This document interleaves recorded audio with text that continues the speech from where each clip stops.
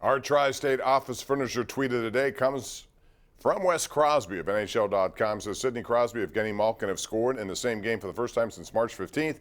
They each had a goal. Crosby had a couple of assists. Malkin had one assist, 4-1 against the Bruins. This was the last time they did that. It's good to have them both back, but I got to tell you something, Andrew. There was some sloppy hockey out there going on. You know, bottom line is they get when they get the power play, and there's something about having Malkin and Letang on the same power play that leads to sometimes opportune situations for the other team, and I saw that a couple of times tonight. Is that Crosby there? Is that Sid's brother or dad? I couldn't tell. Is No, that a relative? no relation. It's not? No, I didn't know so. that. I don't think so. Oh, okay. Anyway. Well, the Penguins have, sorry, I saw that name and I go, wait a minute, is this guy related? Look, you know, the Penguins have a situation with their power play where it wasn't broken, but they were forced to fix it because now all the big guns are healthy. And, you know, power plays are very tricky for coaches because there's a lot of egos involved, and guys feel like based on their resume and track record that they deserve to be on the first power play unit. That's how you get Evan Rodriguez demoted, Bob. I was sitting next to you. We're watching Gensel, Rust, Malkin, Crosby, and Letang, and you were not too pleased with the fact that your boy I just think Rodriguez has earned his had opportunity. to take a back seat. Right? I mean, hasn't he?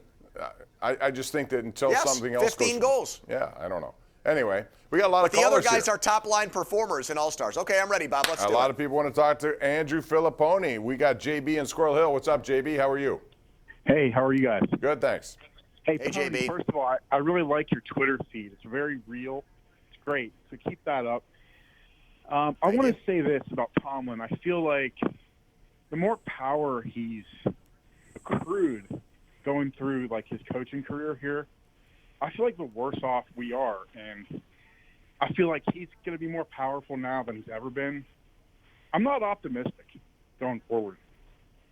Well, I think a lot of people would tend to agree with that when it comes to power in one person. But I can tell you that I think Mike Tomlin's had a final say in a lot of what goes on. So he will have more, yes, without Kevin Colbert being there, Andrew. And they're going to have to make some tough choices here. They got money to spend. They're going to have to figure out what to do.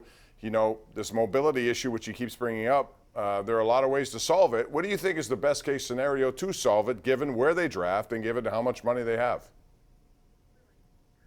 To solve the quarterback issue you're talking about, Bob? Mm-hmm. Well, you know, you're not going to get, you know, I'll work my way down. Aaron Rodgers is probably going to stay in Green Bay unless they lose to the 49ers Saturday night. That might change things up a little bit. Russell Wilson, I think he teases people, but I think ultimately he stays in Seattle. You still can't touch Deshaun Watson because of everything that's gone on with him off the field. So those guys are true franchise quarterbacks, in my opinion. Would you disagree with that? Those are guys, like we said about with Roethlisberger for years. As long as you have a quarterback like that, you have a chance. Would you agree with that, Bob?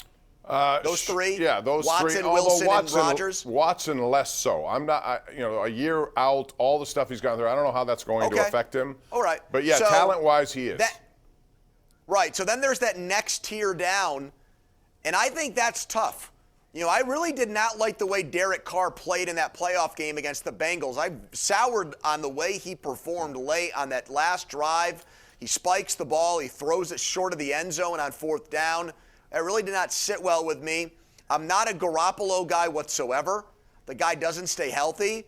As long as he's your quarterback, you need to have a very good backup because the guy is just unreliable. So what I'm telling you, Bob, is my long-winded way of saying I want Kenny Pickett to end up in a Steelers uniform, make up for the sin of passing on Dan Marino, and do what you can to get Kenny Pickett. If you can't, because he's gone by the time you pick, or it costs too much to trade up, well, then we can deal with that later. But that's where my sights would be set right now.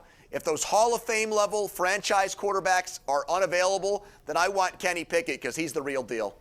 Yeah, but I think there's other guys on there who could be good too in the NFL, and if they're available, it'll be very interesting to see what they do. A Willis, like who? A Howell, you know, they think highly of those guys.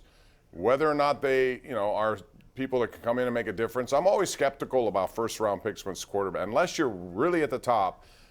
Most of the time, you're going to end up with something. I think a more logical way to go, because I don't think they're going to be available for Pickett, and if that's your choice, then I would say Rudolph with a veteran who could be a free agent. It could be Trubisky. It could be somebody else, or Mariota, whatever, people of that caliber.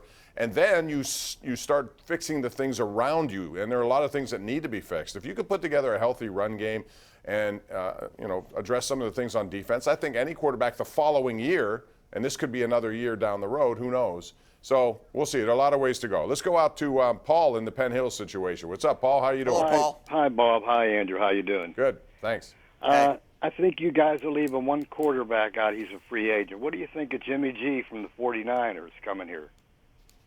Well, Andrew said he's not a free agent. No, you have to trade him. So. Yep. You like him, Bob? I mean, I think he's made a Fabergé egg. I think he's very delicate. Used to say fragile on there in Italian with him. That's good. But he has that tendency to make a bad throw. He did last week in the Dallas game. And just when everything was going well, all you needed was stay away from a mistake. He overthrows the receiver, turns into trouble. So he's talented. I don't know if I'd want to start around him, though. My answer would be no.